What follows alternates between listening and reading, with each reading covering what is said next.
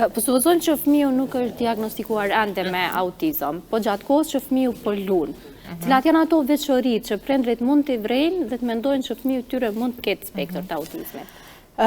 Zakonisht, ajo cila është ma shprehura gjatë lojës është për shembull rënditja e lodrave në një vijë. Për shembull, të gjitha lodra dëshirojnë të jenë të rënditura, të kenë strukturën e barabartë, asgjë të mos jetë e çrregullt. Për shembull, e thrasim në emër edhe nuk kthehet.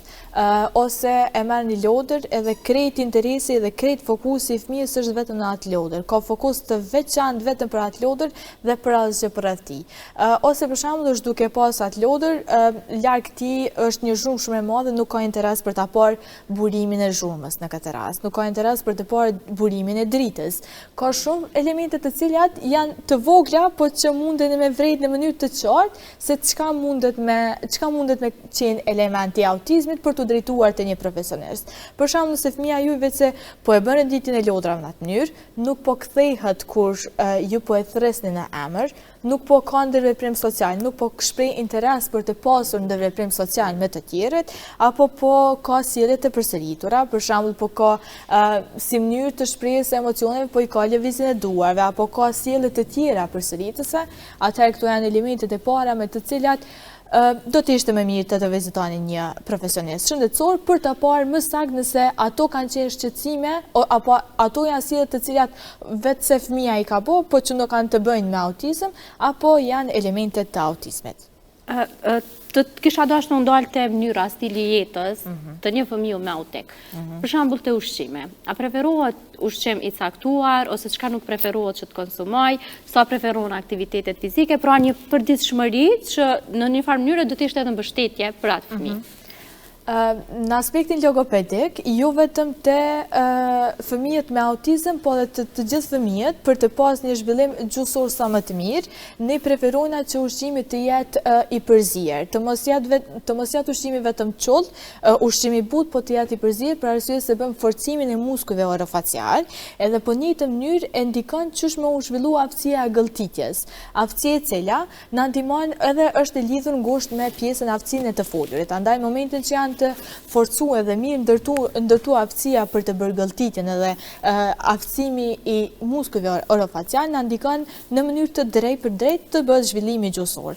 Gjithashtu, aktivitetet fizike ndihmojnë shumë në mënyrën se si ata fillimisht i shprehin emocionet. Nëse fëmia nuk është verbal, aktivitetet fizike ndihmojnë në mënyrë të drejtë për drejtë i shpreh emocionet, ta lirojnë ngarkesën emocionale që fëmia ka në rast se nuk është verbal, sepse shumë totalisht e kuptueshme një fëmijë i cili nuk është verbal, mënyra vetme se si i shpreh emocionet e tyre është me sjelljen e tij. Andaj nëse bën aktivitete fizike, do të bëhet lirimi i tij emocional, do të ndikojnë në zhvillimin e aftësive motorike globale edhe fine. Aftësi të cilat lidhen direkt me fushat të cilat janë përgjegjëse për të folurin në tru.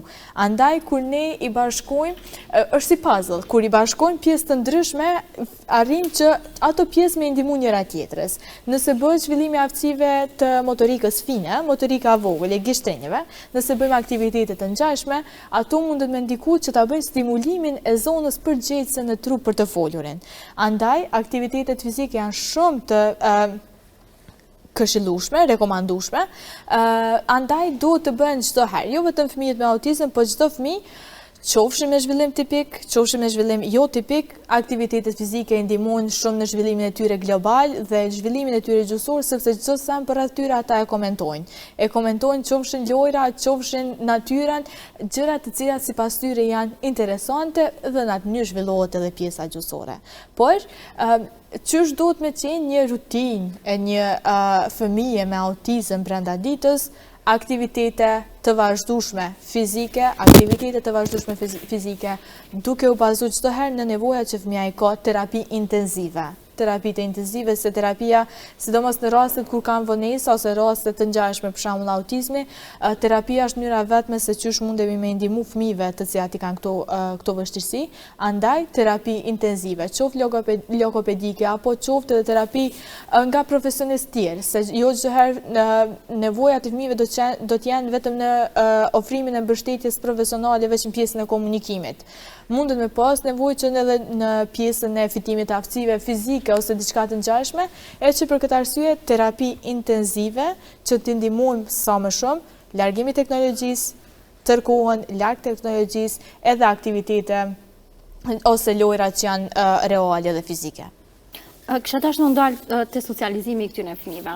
Sa është e preferueshme që këta fëmijë të socializohen me fëmijët e tjerë, të fillu prej kofshit, më pas shkollës fillore, pra të mos i largojmë, të mos i distancojmë, po të bëhen pjesë e shoqërisë tonë.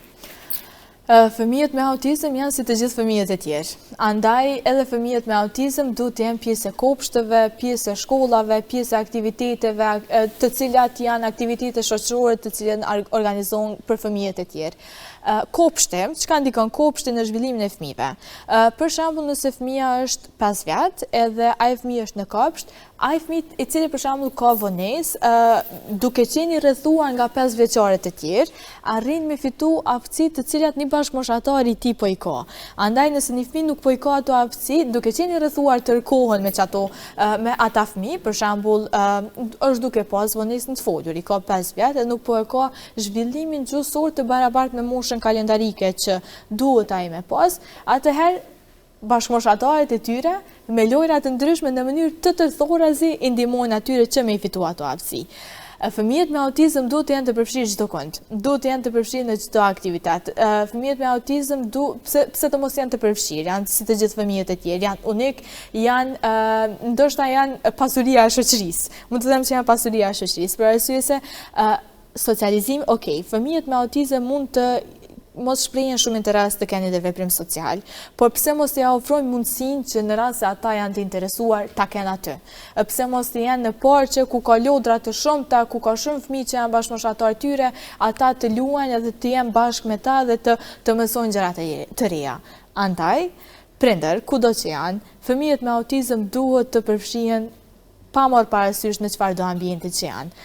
Pse jo, fëmijët me autizëm i meritojnë më të mirat e botës, andaj le të përfshihen kudo që kanë mundësi, sepse indikon që zhvillimi i tyre të bëhet sa më shpejt dhe të arrijnë sa më shpejt ato aftësi të cilat ata vetë nuk po munden me i pas deri tani.